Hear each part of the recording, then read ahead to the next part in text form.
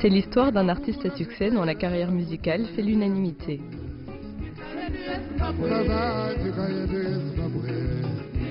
Il est connu pour ses nombreux tubes comme Neria, Ndakuvara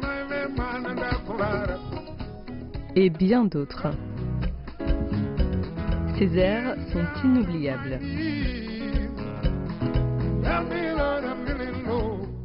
En plus de 40 ans, cet homme a sorti une 60aine d'albums.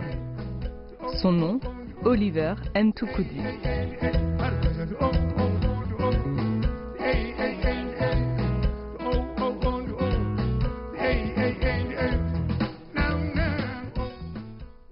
Être sur scène, c'est comme un lieu saint.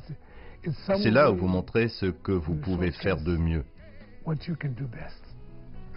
Ce n'est pas donné à tout le monde d'aller sur scène. C'est un endroit pour quelques élus. Donc c'est un endroit spécial.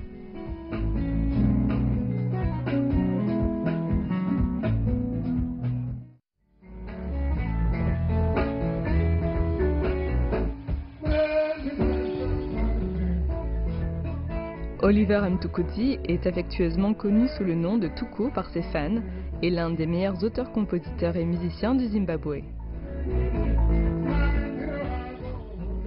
Sa guitare et sa voix rauque sont devenues une marque de fabrique. Elles lui ont valu un immense succès international et une profonde admiration au pays. Oh, il est incroyable. Je pense que c'est lui le meilleur dans le pays, le meilleur sur scène. Moi, je m'inspire de ce qu'il fait. Vous savez, en tant qu'artiste, quand il monte sur scène, il est très sérieux.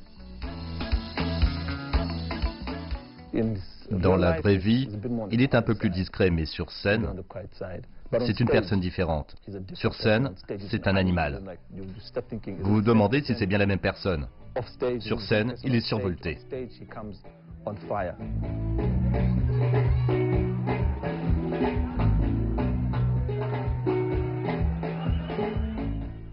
Je suis un guitariste autodidacte et quand j'apprenais la guitare, je pense que j'ai dû l'apprendre de la mauvaise façon et beaucoup de guitaristes disaient « Eh, ce n'est pas un bon joueur, on ne peut pas jouer de la sorte, il faut plutôt jouer comme ça. » Mais je suis content que cette malédiction se soit transformée en bénédiction parce que cela a créé ce que l'on appelle aujourd'hui la Tuku Music.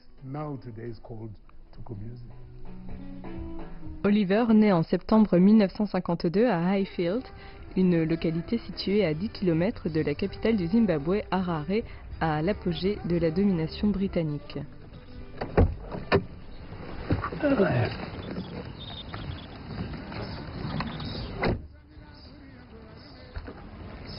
Magadi.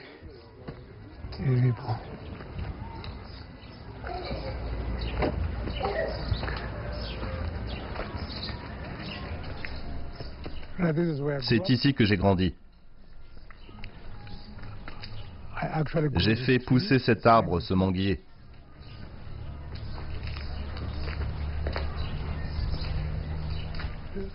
C'est chez nous. On a tous grandi ici. Et en tant que fils aîné, j'étais également responsable de l'éducation des plus jeunes. Alors, c'est là que j'ai grandi. Tuku, né dans une famille de musiciens, ses parents se sont rencontrés lors d'une compétition de chorale. Ensuite, ce talent lui a été transmis ainsi qu'à son frère cadet, Robert Mtukudzi. Eh bien, pendant ma jeunesse, j'ai eu cette passion de chanter une chanson que personne d'autre ne connaît. Je créais donc mes propres chansons et je chantais. Bien sûr, j'ai été influencé par mes parents qui étaient aussi des chanteurs. Pour moi, la chose la plus décevante que mon père a eue avec moi et la musique, c'est quand on a volé ses vêtements et qu'on les a mis. Parce que jeune, on n'était pas autorisé à la brasserie. Et il y avait un groupe appelé Harare Mambos qui jouait à proximité de cette brasserie. Et j'ai emmené mon frère cadet. On y est allé et M. Djangano m'a donné la chance de me produire sur scène avec une guitare électrique. Mon frère et moi, on a joué là-bas et les gens étaient contents. Le lendemain, les amis de mon père lui ont dit « Ton fils a joué pour nous et c'était très bien ». C'est la seule fois où mon père m'a frappé.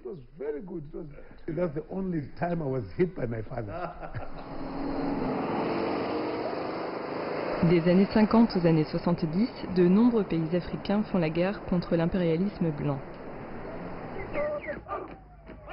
Le Zimbabwe ne fait pas exception à cette réalité. Après des années de lutte, le pays se libère de la domination blanche en avril 1980 avec Robert Mugabe comme Premier ministre. Après avoir quitté l'école, je suis resté environ 3 ans et demi sans emploi. À l'époque,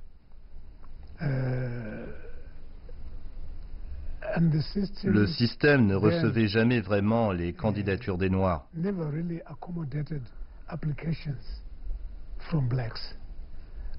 Donc c'était pénible. Mais la vie était ainsi. Le régime ne considérait alors pas l'art comme une arme contre lui. Ils nous ont permis de chanter et c'était à l'artiste de transmettre les messages qui l'aideraient ou aideraient la nation à grandir et à comprendre la situation dans laquelle nous étions.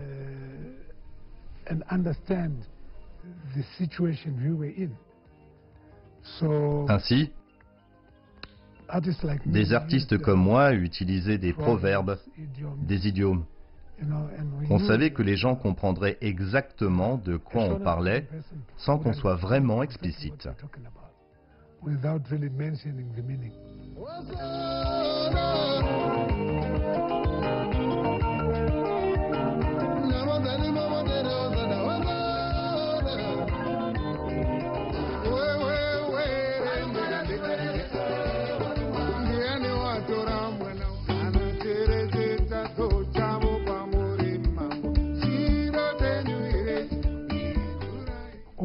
Toutes ces chansons parlaient de ce que nous sommes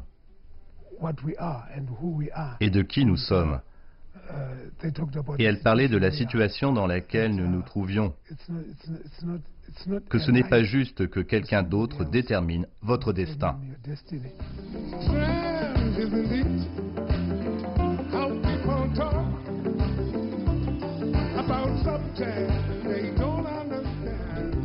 L'ascension de Tuku dans l'industrie de la musique connaît des débuts modestes. Mais sa plus grande percée a eu lieu juste devant sa porte. Brighton Matevere, un célèbre homme de radio à la Rhodesian Broadcasting Corporation, invite Oliver au studio. Et c'est un tremplin pour la gloire, parce que Césaire attire les bonnes personnes du milieu de la musique. On m'a découvert ici, juste ici. Je m'asseyais sur une poubelle et jouais de la guitare. Et Brighton Matevere était amoureux d'une fille qui habitait à côté. Donc il venait voir sa petite amie. Mais il attendait ici, à mes côtés. Donc tout s'est passé ici jusqu'à ce qu'il apprécie ma musique et m'emmène à la radio. C'est ainsi que tout a commencé et quand j'ai joué dans son émission, c'est là qu'une maison de disques a entendu parler de moi. Ils m'ont cherché et j'ai fait mon premier enregistrement en 1975.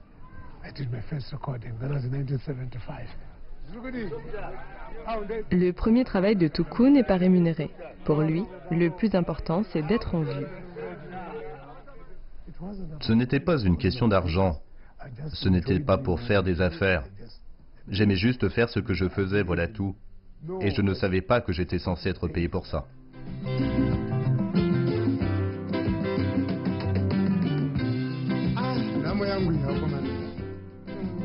Andy Pewozano, qui signifie « Conseille-moi », est le premier album d'Oliver.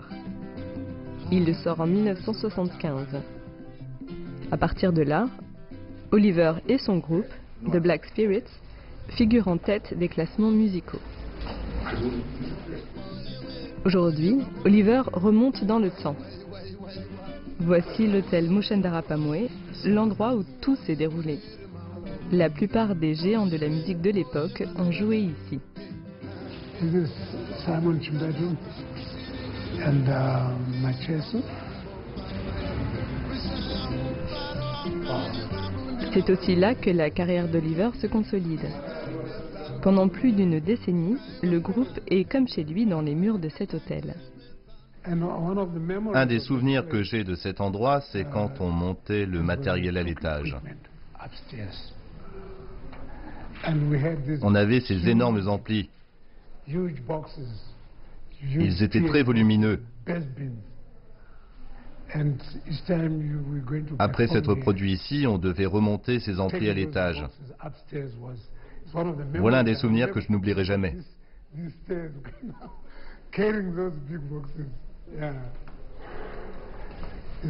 C'est là que les choses amusantes se passaient. Waouh, ça a changé. C'était mon coin préféré.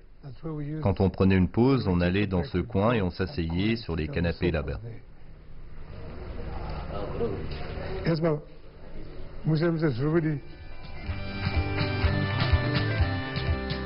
Les tubes se suivent année après année. L'artiste ne déçoit point.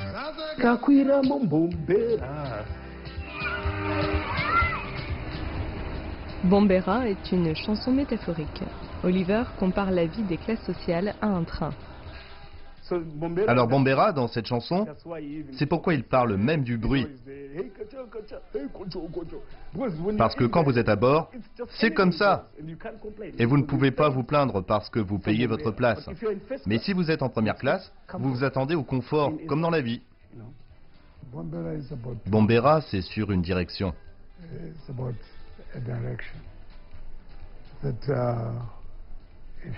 Si vous êtes dans un train et que vous êtes en première classe et que je suis en quatrième classe, personne n'est meilleur que l'autre. Nous allons tous arriver à destination en même temps. Et tant que le train va dans notre direction, nous allons dans la bonne direction. Because wombiro wombi pemberere pemberere wombiro wombi pemberere wombiro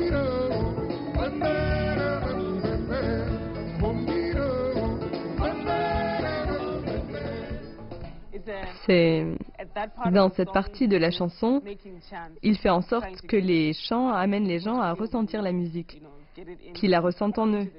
Donc c'est la partie de la chanson que je préfère. Oliver est unique. Unique parce qu'il a son propre style de jeu. Si vous l'écoutez à la guitare, vous pouvez facilement dire « c'est Oliver ».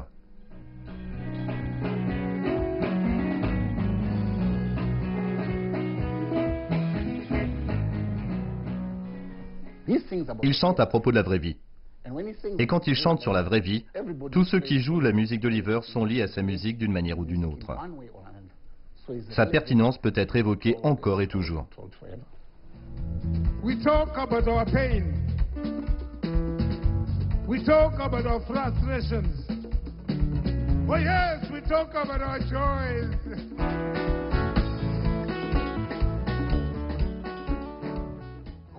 Pourquoi chantons-nous? Pourquoi y a-t-il de l'art? L'art, c'est donner vie et espoir aux gens. L'art, c'est guérir les cœurs brisés. C'est comme au Zimbabwe, où vous n'allez pas chanter une chanson quand vous n'avez rien à dire.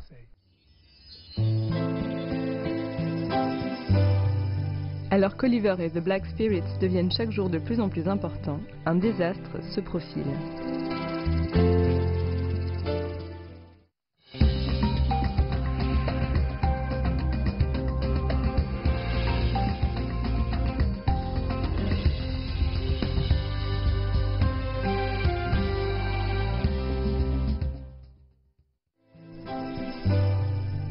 « 1996 est une année qui menace de mettre un terme à la carrière d'Oliver. 4 membres de son groupe sont victimes du sida. Et tous succombent à la maladie. À cette époque, ce n'était pas comme maintenant, vous faites un test qui révèle votre séropositivité. C'était comme un arrêt de mort. C'était fini pour vous. Plus personne ne voulait s'associer à vous.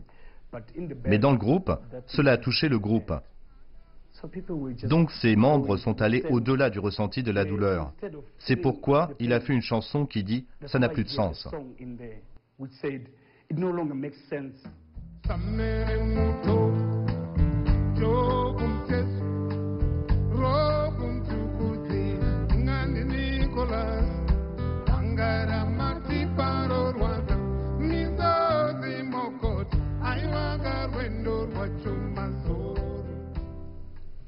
À cette époque, ça devenait trop difficile pour un ensemble, celui qui faisait la musique de Tuku, de perdre autant de gens les uns après les autres.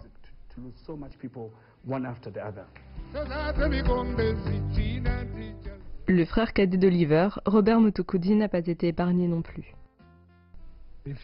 Si vous perdez un frère, vous êtes affecté.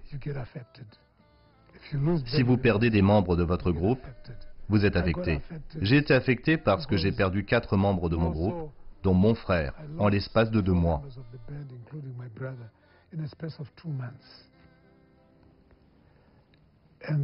Et ce fut un coup dur dans ma vie et dans ma carrière.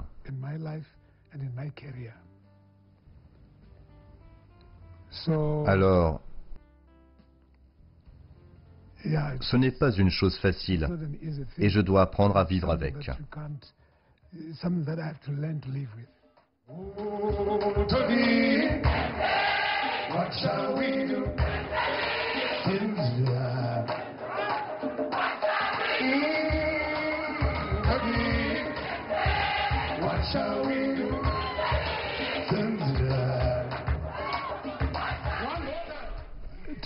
Toddy est une chanson que j'ai écrite.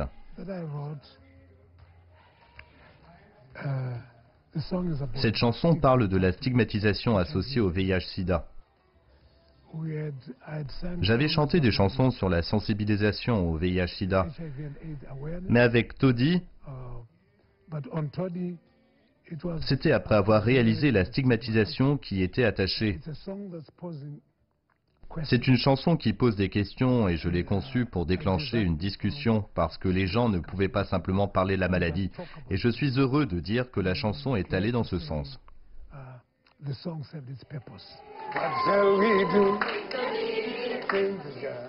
Ces efforts pour combattre la stigmatisation entourant le fléau ne passent pas inaperçus. En 2011, l'UNICEF nomme Oliver ambassadeur de bonne volonté en raison de son engagement dans la lutte contre la pandémie à travers ses chansons. L'UNICEF m'a nommé.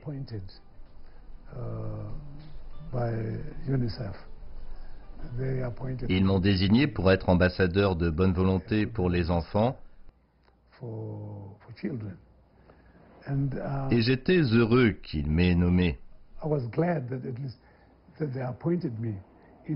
Cela voulait dire qu'ils avaient vu ce que je faisais depuis le début.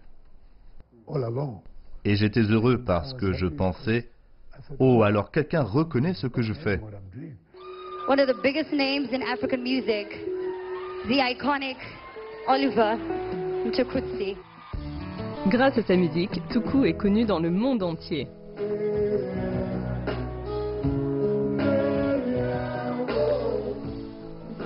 Ses nombreuses années de dévouement indéfectible à son art lui donnent une reconnaissance au-delà des frontières de l'Afrique.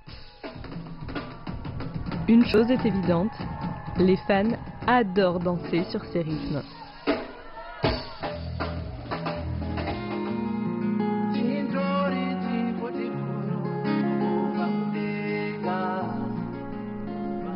Tuku a eu la chance de partager sa carrière avec ses enfants.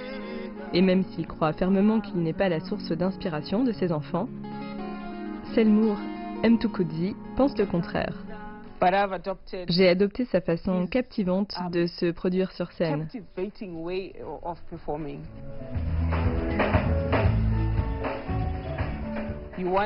Vous voulez danser pour les gens, ils veulent voir ce que vous pouvez faire. Et si vous pouvez danser, montrez-le. C'est le genre de choses que j'ai appris de lui principalement et que j'ai repris à mon compte.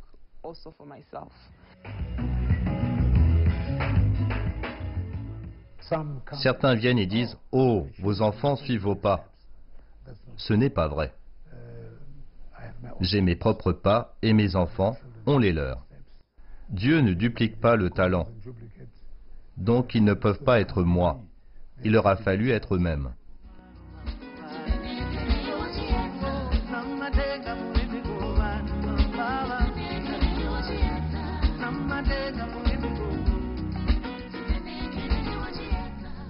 Dans une autre tragédie, Oliver a perdu son fils unique, Sam.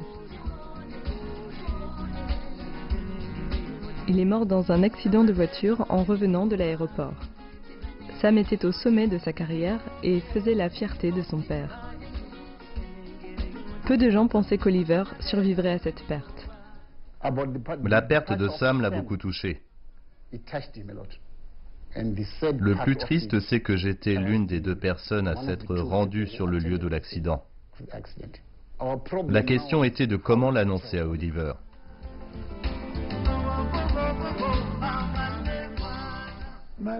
Ma relation avec Sam était plus amicale que filiale parce qu'on pouvait partager beaucoup de choses.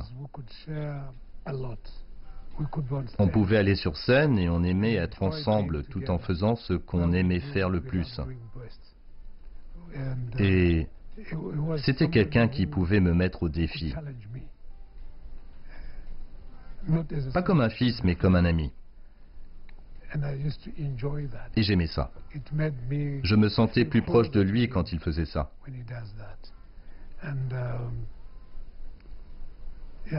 Il était quelqu'un de si talentueux que je n'aurais jamais pensé qu'il pourrait en faire autant.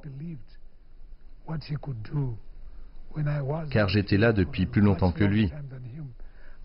Mais il me surprenait toujours.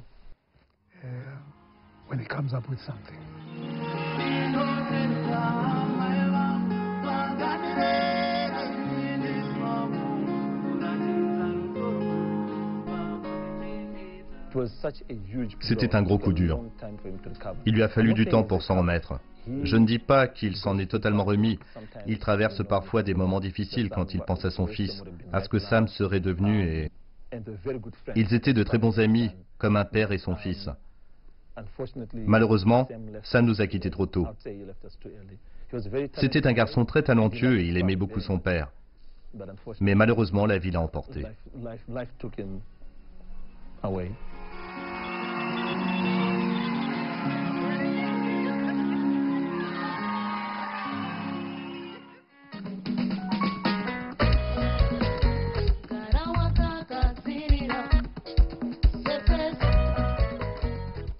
Parmi les réalisations notables de Tuku, il y a le Centre des Arts Pakarepae.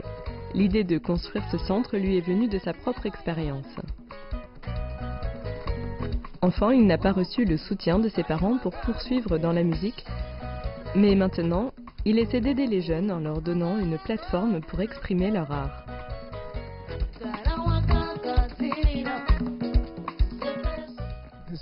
C'est mon héritage, je pense. Le Centre des Arts Pakarepae. C'est l'héritage que je laisse derrière moi pour que ces jeunes puissent montrer ce qu'ils peuvent faire de mieux. Si vous allez au Pakarepae, vous verrez quelqu'un qui a une vision. La première fois qu'il m'a emmené là-bas, il m'a dit « Bob, je vais changer ça en centre culturel artistique ». Je l'ai regardé et j'ai dit « Oh là là là là là ». C'était presque un dépotoir. Il y avait un hangar à l'abandon avec de hautes herbes à côté. Puis il a dit « La scène sera ici ». Je n'ai rien dit, mais je pensais que ce gars n'y arriverait pas sur une courte période. Mais si vous allez là-bas aujourd'hui et que vous dites aux gens que c'était un hangar à l'abandon,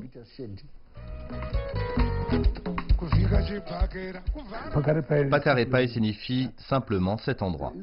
L'inspiration du Centre des Arts Pakarepae vient vraiment de la combativité. Parce que les problèmes que j'ai eus quand j'ai commencé, particulièrement avec mes parents, sont toujours là. Aujourd'hui encore, les parents imposent toujours leur volonté à leurs enfants. Voilà pourquoi on travaille avec des enfants défavorisés. Ils viennent toujours chercher du réconfort. Au Pakarepai, on leur fournit les moyens de travailler librement.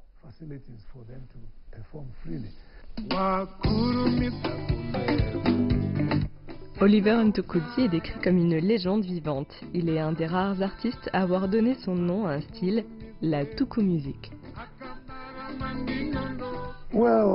Eh bien, personnellement, j'étais le dernier à pouvoir dire ce qu'est la Tuku Music.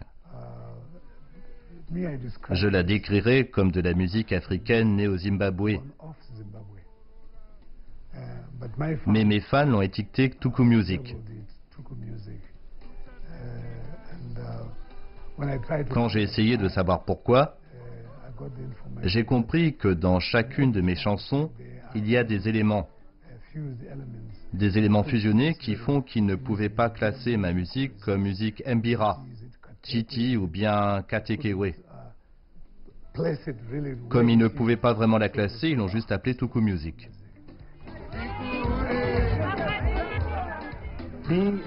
En tant que fan numéro 1, je souhaite que Dieu nous garde tous parce que cet homme, je suis sûr que cet homme nous réserve de nombreuses surprises.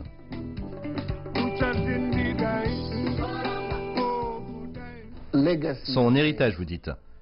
Il y a une phrase qu'Oliver dit toujours. Oliver dit, si vous produisez une œuvre d'art et qu'elle inonde le marché, ce n'est pas vous en tant qu'individu. C'est l'art. Il est philosophe. Je veux donc qu'Oliver soit reconnu en tant que philosophe et qu'on se souvienne de lui ainsi. L'héritage de mon père, il a fait connaître le Zimbabwe. Il est le plus grand explorateur d'art du Zimbabwe. Tous les artistes le regardent pour atteindre son niveau. Ils espèrent faire mieux, mais il a mis la barre tellement haut, si haut que c'est impossible pour la plupart d'entre nous. On ne peut pas atteindre tous ces niveaux et aller au-delà. Il est une source d'inspiration extraordinaire pour le milieu des arts au Zimbabwe et je crois en Afrique dans son ensemble.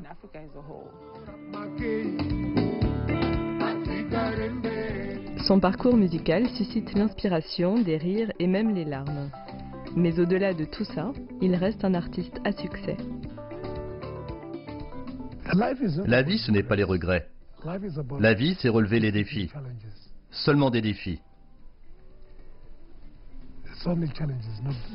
Pas de regrets.